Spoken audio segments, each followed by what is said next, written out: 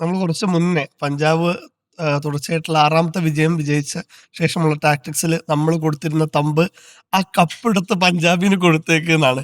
അതാരാണ് ആരായിരുന്നു സജസ്റ്റ് ചെയ്തത്? എം എസ് കെ സജസ്റ്റ് ചെയ്താ കപ്പെടുത്ത് പഞ്ചാബിന് കൊടുത്തേക്ക്. അതിനുശേഷം പഞ്ചാബ് ഗതി പിടിച്ചിട്ടില്ല. നോക്കൂ, ആ, ആദ്യത്തെ 7 മത്സരം കഴിഞ്ഞപ്പോൾ 6 വിജയം, മഴ കൊണ്ടുപോയ ഒരു ഒറ്റ പോയിന്റ് ഉൾപ്പെടെ 13 പോയിന്റ് ഏറെക്കുറെ ഉറപ്പിച്ചു. ഒരു മത്സരം കൂടി ജയിച്ചു കഴിഞ്ഞാൽ ഓക്കെ.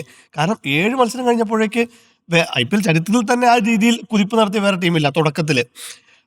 പിന്നീട് 4 മത്സരം ഒരുപോലെ അട്ടപടലം പരാജയപ്പെടുകയാണ്. ഇപ്പോൾ ഇന്നലെ മത്സരത്തിലേക്ക് നോക്കുമ്പോഴും പഞ്ചാബിന് ഏറ്റവും പ്രധാനം, കഴിഞ്ഞ ഒരു 2 മത്സരത്തിൽ പഞ്ചാബിന്റെ തോൽവിക്ക് ഏറ്റവും പ്രധാനപ്പെട്ട കാരണം ഫീൽഡിലെ അവരുടെ പിഴവുകളാണ്. അവർക്ക് ഭേദപ്പെട്ട ബോളർമാരുണ്ട്, നല്ല ബാറ്റർമാരുണ്ട്. ഫീൽഡിലെ അവരുടെ പ്രകടനം ഭയങ്കര മോശമായിരുന്നു. പ്രത്യേകിച്ച് ഈ സീസണിൽ ഏറ്റവും കൂടുതൽ ക്യാച്ച് വിട്ട ടീമുകളിലൊന്ന് പഞ്ചാബാണ്. അതിൽ ശശാങ്ക് 6 ക്യാച്ച് വിട്ടിട്ടുണ്ട്. ഇപ്പോൾ ഇന്നലത്തെ മത്സരത്തിലും അത് പ്രകടനം തന്നെയായിരുന്നു. പക്ഷേ 1-2 നല്ല ക്യാച്ച്, മാർക്കോ യാൻസൺ പുറകിലോട്ട് ഓടിയെടുത്തൊരു ക്യാച്ച് നല്ലതായിരുന്നു. പ്രഭ് സിമ്രാൻ എടുത്തൊരു ക്യാച്ച് നല്ലതായിരുന്നു. മില്ലറുടെ നിർണായക ക്യാച്ച്. പക്ഷെ അക്സർ പട്ടേലിന്റെ ഒരു നിർണായകമായ ഒരു ക്യാച്ച് തുടക്കത്തിൽ തന്നെ സുയാൻഷ് വിട്ട് കളയുന്നുണ്ട്. അത് മത്സരത്തിൽ വളരെ നിർണായകമായി.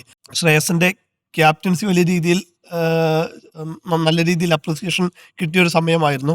അദ്ദേഹത്തെ ഇന്ത്യൻ ടീമിലേക്ക് സൂര്യയ്ക്ക് പകരം ഇന്ത്യൻ ടീമിലേക്ക് പരിഗണിക്കണമെന്നുള്ള രീതിയിൽ ചർച്ചകൾ നടക്കുന്നു. പരിഗണിക്കുമെന്നുള്ള വാർത്തകൾ, റിപ്പോർട്ടുകൾ വരുന്നു. ആ സമയത്ത് തന്നെ അദ്ദേഹത്തിന് ചില ബ്ലണ്ടർ തീരുമാനങ്ങളും കഴിഞ്ഞൊരു 1-2 മത്സരങ്ങളിലായിട്ടുണ്ട് എന്നുള്ളത് തന്നെയാണ് ശ്രദ്ധേയം. ഇപ്പോൾ ഇന്നലത്തെ മത്സരത്തിലേക്ക് വരുമ്പോൾ നമുക്കറിയാം, ധർമ്മശാലയിലാണ് മത്സരം. ഹൈ ആൾട്ടിറ്റ്യൂഡ് സ്റ്റേഡിയമാണ്, ലോകത്തെ തന്നെ ഏറ്റവും ബ്യൂട്ടിഫുൾ ആയ സ്റ്റേഡിയങ്ങളിലൊന്നാണ്.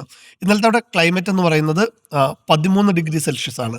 അത് ഡ്യൂ ഫാക്ടർ വളരെ വളരെ ഇമ്പോർട്ടൻ്റ് ആയ ഒരു മത്സരം തന്നെയാണ്. ഡ്യൂ ഫാക്ടർ നമ്മൾ എപ്പോഴും പറയുന്നതാണ് മഞ്ഞുവീഴ്ച നിർണായകമാവും എന്നുള്ളത്. അത് എത്രത്തോളം നിർണായകമായി എന്ന് തെളിയിക്കുന്ന ഒരു മത്സരം കൂടിയായിരുന്നു. പവർ പ്ലേയിൽ ആഞ്ഞടിച്ച് ആ ഒരു സ്കോർ കണ്ടെത്തുക എന്നുള്ളതാണ് ആദ്യം ബാറ്റ് ചെയ്യുമ്പോൾ ഡ്യൂ ഫാക്ടർ കൊണ്ടുള്ള ഗുണം. പിന്നീട് അവർക്ക് ഒരു തരത്തിൽ പോലും മിഡിൽ ഓവറിൽ ഒരിക്കൽ പോലും നല്ല രീതിയിൽ ബാറ്റ് ചെയ്യാൻ കഴിയില്ല എന്നുള്ളത് സത്യം തന്നെയാണ്.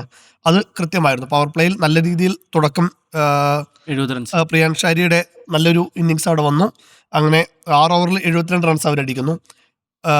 പ്രിയാൻഷ് തകർത്തടിക്കുമ്പോഴും ഒരു ആങ്കർ റോളായിരുന്നു ശ്രേയസ് അവിടെ ചെയ്തുകൊണ്ടിരുന്നത്. ഒരു വലിയ രീതിയിലുള്ളൊരു കൂറ്റിനടിക്ക് ശ്രമിച്ചില്ല. പക്ഷേ മിഡിൽ ഓവർ ഡൽഹി നന്നായിട്ട് പിടിച്ചു.